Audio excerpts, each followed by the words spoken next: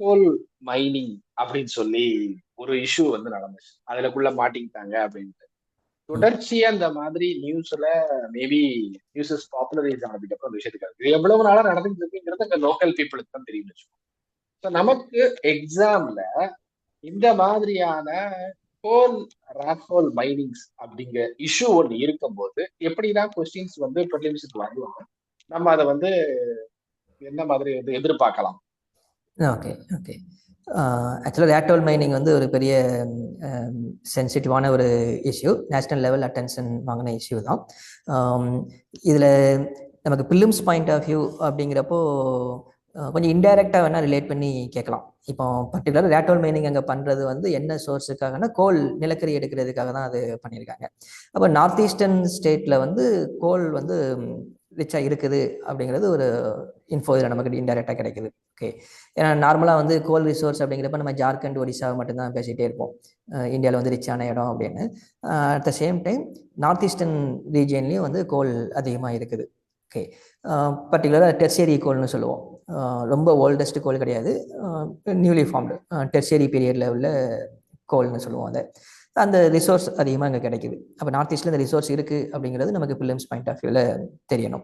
Okay, and இன்னொரு point என்ன, இந்த ரேட்டோல் மைனிங் அப்படிங்கிறது வந்து இந்த வருஷம் இப்போ புதுசாக நடந்த விஷயம் கிடையாது. இந்த ரேட்டோல் மைனிங்கில் நடந்த ஆக்சிடென்ட்ஸுங்கிறது இந்த லாஸ்ட் ஒரு 10 இயர்ஸ் ரெக்கார்டு எடுத்தோம் அப்படின்னா ஒரு 4-5 ஆக்சிடென்ட் இதே மாதிரி நடந்திருக்குது.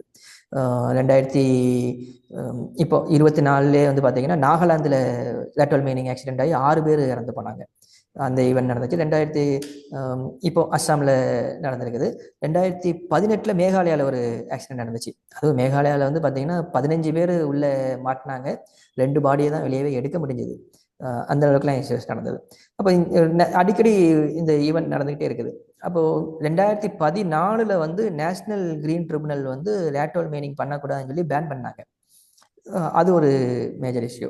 ஓகே, அப்போ இந்த இது தெரியணும். ஓகே, அண்ட் ரேட்டோல் மைனிங் அப்படிங்கிறது அதை ரொம்ப டெக்னிக்கலாக ஃபிலிம்ஸில் கேட்க மோஸ்ட்லி சான்ஸ் இல்லை. பட் இந்த ரிலேட்டடாலாம் நம்ம தெரிஞ்சு வச்சுக்கலாம். ரேட்டோல் மைனிங் அப்படிங்கிறது ரொம்ப சிறுசாக ஒரு குழி மாதிரி தோண்டி ஒரு எலி பொந்துகள் மாதிரி தான் இருக்கும். அது மலையில் தூரத்துலேருந்து பார்த்தோம் அப்படின்னா அதனால தான் அந்த ரேட்டோல் மைனிங்கிறது ஒரு ஆள் மட்டுமே உள்ளே போயிட்டு வர்ற மாதிரியான இது. ஹை டெக்னாலஜிலாம் யூஸ் பண்ண மாட்டாங்க. உள்ளே போய் அவங்களே தோண்டி அப்படியே முதுகில் சுமந்து ஒரு ஹியூமன் மட்டும் உள்ளே போனால் அடி வெளியே அப்படியே திரும்பாமல் வர்ற அளவுக்கு தான் அந்த ஹோலே இருக்கும். அந்த மாதிரி போயிட்டு வருவாங்க. ஃபியூ ஸ்கொயர் ஃபீட் வித்து மட்டுமே இருக்கக்கூடிய குழிகளாக இருக்கும் அது. இதில் வந்து ஹை ரிஸ்க் நிறைய இருக்க தான் செய்யுது. ஆக்சுவலாக என்ஜிடி வந்து பேன் பண்ணப்போ என்ன எதனால் பேன் பண்ணாங்க அப்படின்னா இது சயின்டிஃபிக் மெத்தடாக இல்லை அண்ட் ரிஸ்க் வந்து ரொம்ப அதிகமாக இருக்குது அப்படின்னு சொல்லி தான் அதை பேன் பண்ணாங்க. ஆக்சுவலாக ஒன்று அது உள்ளே போயிட்டு வர்றப்போ ஒன்று அந்த கோல் மைன் வந்து கொலாப்ஸ் ஆகலாம், அதனால் இருக்கக்கூடிய ரிஸ்க் ஒன்று சொல்லலாம். இன்னொன்று வந்து இப்போ இந்த லேட்ரல் மைனிங்கில் நடந்தது, ஏன்னா பக்கத்தில் இன்னொரு ஹோல் இருந்திருக்கு, அதில் வந்து வாட்டர் அதிகமாக ஸ்டோர் ஆகியிருந்திருக்கு. ஸோ அது தெரியாமல் தோன்றப்போ அதில் இருக்க வாட்டரெல்லாம் இந்த லேட்ரல் மைனிங்குள்ளே அதிகமாக உள்ளே வந்ததுனால அவங்களால எஸ்கேப் ஆக முடியாமல் உள்ளே மாட்டிக்கிட்டாங்க. அப்போ இந்த மாதிரியான ரிஸ்கெல்லாம் வந்து இருக்குது. அப்படிங்கிறனால என்ஜிடி வந்து அதை பேன் பண்ணாங்க, 2014 பேன் பண்ணாங்க. ஓகே, இந்த மாதிரியான இஷ்யூஸ் வந்து கொஞ்சம் எக்ஸாம் ரிலேட்டடாக பார்த்து வச்சுக்கலாம். நமக்கு இருக்கக்கூடிய பெரிய கொஸ்டின் என்ன அப்படின்னா, இப்ப வந்து ஒரு காலத்துல வந்து யார் வேணாலும் வேதிக் பீரியட்ல வந்து டெர்ஷரி வந்து ஒரு பெரிய விஷயம் கிடையாது.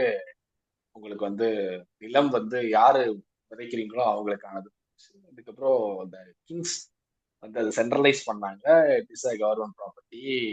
அண்ட் லேட்டர் ஃபர்ஸ்ட் செஞ்சுரியில பிரைவேட் வந்தாங்கிற மாதிரி ஆச்சு. ஸோ அந்த ரிசோர்ஸ் லேண்டுங்கிற ரிசோர்ஸ் வந்து அப்படி வந்து டிஸ்ட்ரிபியூட் ஆச்சு. அதே மாதிரி இன்னைக்கும் பார்த்தோம்னா சீங்கிற ரிசோர்ஸ் வந்து தொடர்ச்சியா மீன் பிடிக்கிறவங்களுக்கு அந்த கடலுக்குள்ள போறதுக்கான உரிமையும் அங்க இருந்து எடுத்துட்டு வர்றதுக்கு இருக்கு. ஃபாரஸ்ட்லயும் பார்த்தோம் அப்படின்னா மைனர் ப்ராடக்ட்ஸ் வந்து எடுத்துக்கிறதுக்கு உரிமை இருக்கு. இந்த மாதிரி ஒரு ரிசோர்ஸ சுத்தி இருக்கக்கூடிய மக்கள், அதை சார்ந்து வாழக்கூடிய மக்களுக்கு தொடர்ச்சியா அதுல சில பங்குகள் இருக்கும்போது இந்த மாதிரி நிலக்கரி சுரங்கங்களை சுத்தி இருக்க மக்கள் மட்டும் தொடர்ச்சியா இத பண்றது அப்படிங்கிறது எந்த வகையில மாற்றுவாங்க? நம்ம பாக்குறோம் பிரிட்டிஷ் பீரியட்லயே, பிரிட்டிஷ் வர்றதுக்கு முன்னாடியும் சரி, பிரிட்டிஷோடைய சில காலங்களும் சரி, தொடர்ச்சியா ராட்ஹோல் மைனர்ஸ் தான் இந்தியாவுடைய கோல் சப்ளைல ஒரு பேக் போனா இருந்திருக்காங்கிறது நிறைய புத்தகங்கள்ல நம்ம தொடர்ந்து பார்க்கணும். ஸோ இந்த மாதிரியான ஒரு விஷயங்கள் வந்து ஒரு எத்திக்ஸ் பேஸ்டு கொஸ்டினா வந்தா எப்படி இருக்கும்?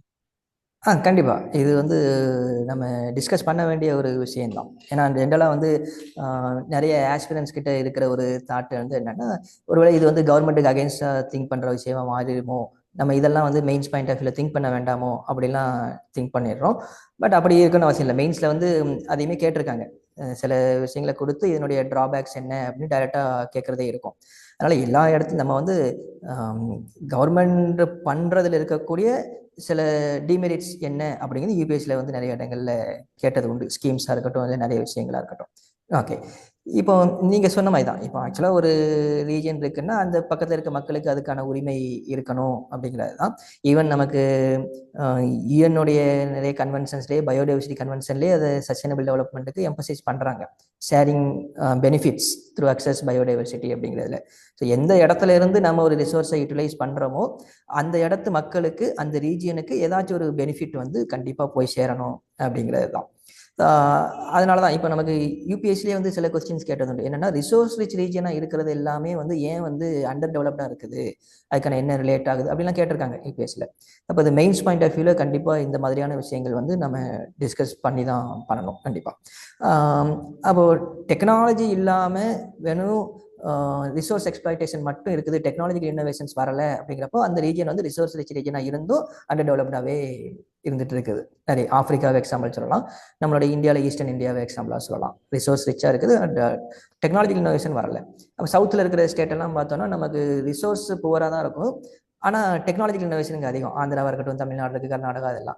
அப்போது நெக்ஸ்ட் லெவல் அந்த டெர்ஷரி ஆக்டிவிட்டிக்கு போக பிரைமரி ஆக்டிவிட்டி செகண்டரி ஆக்டிவிட்டிலே ஸ்டாப் பண்ணி வைக்கிற வரைக்கும் அந்த ரீஜன் வந்து டெவலப்டாக மாறாது. அது அடுத்த லெவல் டெர்ஷரி அண்ட் குவாட்டர்னரி ஆக்டிவிட்டிக்கும் அதை இம்ப்ரூவ் பண்ணி கொண்டு வரப்போ தான் அந்த ரீஜன் வந்து அதை பேஸ் பண்ணி டெவலப் ஆகும். அப்படிங்கிறப்போ ஒன்று நீங்கள் சொன்ன மாதிரி அந்த ஷேரிங் ஆஃப் பெனிஃபிட்ஸ் அந்த ரீஜியன் பீப்புளுக்கு அந்த அக்சஸ் இருக்கணும் அப்படிங்கிறது வந்து கவர்மெண்ட் கண்டிப்பாக மானிட்டர் பண்ணாங்க அப்படின்னா ஒரு அது டெவலப்மெண்ட்டுக்கான ஒரு வழியாக தான் கண்டிப்பாக இருக்கும். அந்த ரீஜியன் பீப்புளுக்கு பெனிஃபிட்டாக தான் இருக்கும். ஸோ டெஃபினட்டாக அது வேலிடான ஒரு பாயிண்ட் தான். ஸோ நம்ம மெயின்ஸ் பாயிண்ட் ஆஃப் வியூவில் கண்டிப்பாக அதை திங்க் பண்ண வேண்டிய ஒரு